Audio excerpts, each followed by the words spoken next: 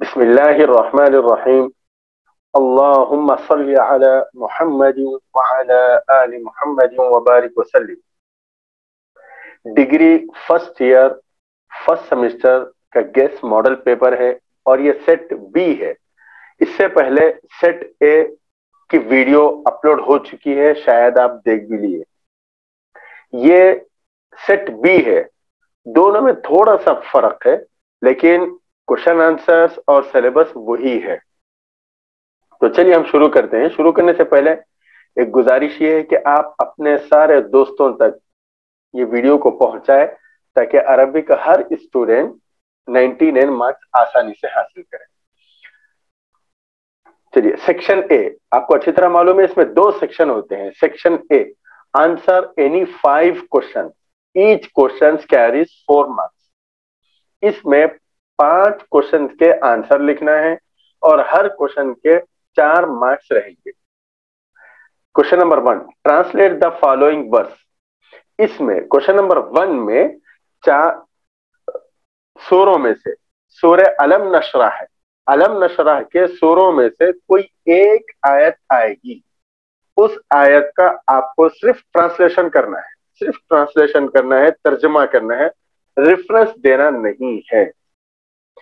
اور آپ کے آسانی کے لیے یہاں پہ پورا سورہ اور اس کا ٹرانسلیشن اردو اور انگلش میں لکھ دیا گیا ہے تاکہ آپ کو آسانی ہو، اور الگ کلر میں بھی کر دیا گیا ہے تاکہ معلوم ہو کہ یہ امپورٹنٹ ہے. وہ اصل میں ہو رہا یہ کہ کوئی بھی آیت آ جا رہی، ایسا نہیں کہ جو امپورٹنٹ ہے وہی آئے. اس سورے کی کوئی بھی آیت آ سکتی ہے، اس وجہ سے پورا سورہ اور اس کا ٹرانسلیشن لکھ دیا گیا ہے. آپ اچھی طرح اس کو یاد کریں. دیکھیے آیت نمبر 1 علم نشرح لک صدرک. اے محمد صلی اللہ علیہ وسلم، کیا ہم نے آپ کا سینہ کھولا نہیں، کھول نہیں دیا؟ بے شک کھول دیا ہے. سیکنڈ آیت وَوَضَعْنَا عَنْكَ وِزْرَكَ، اور تم پر سے بوجھ بھی اتار دیا.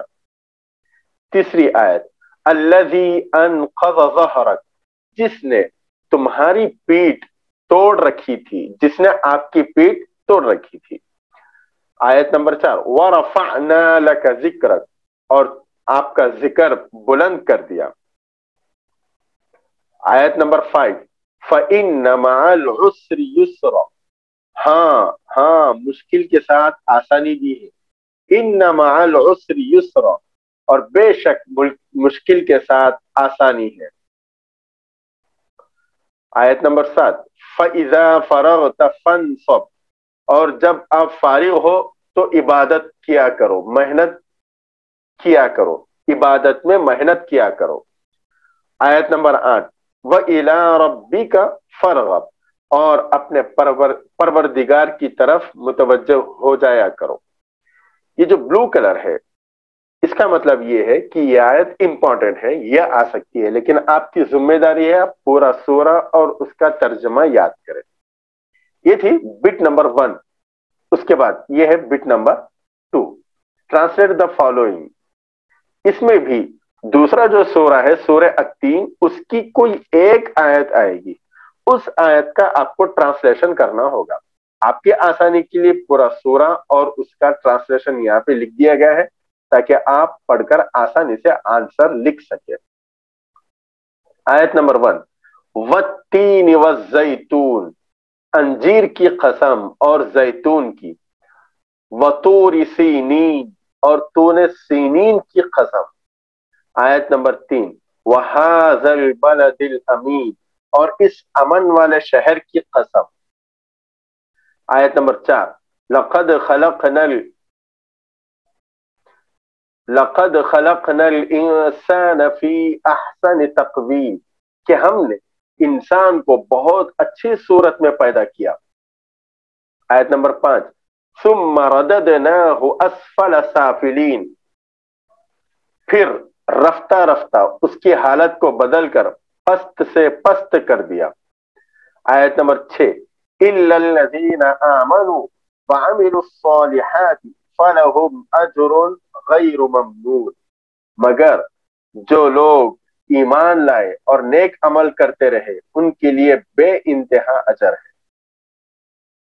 آیت نمبر 7، فما یکذبک بعد بالدین، تو اے آدم کی اولاد پھر تو جزا کے دن کو کیوں جھٹلاتا ہے۔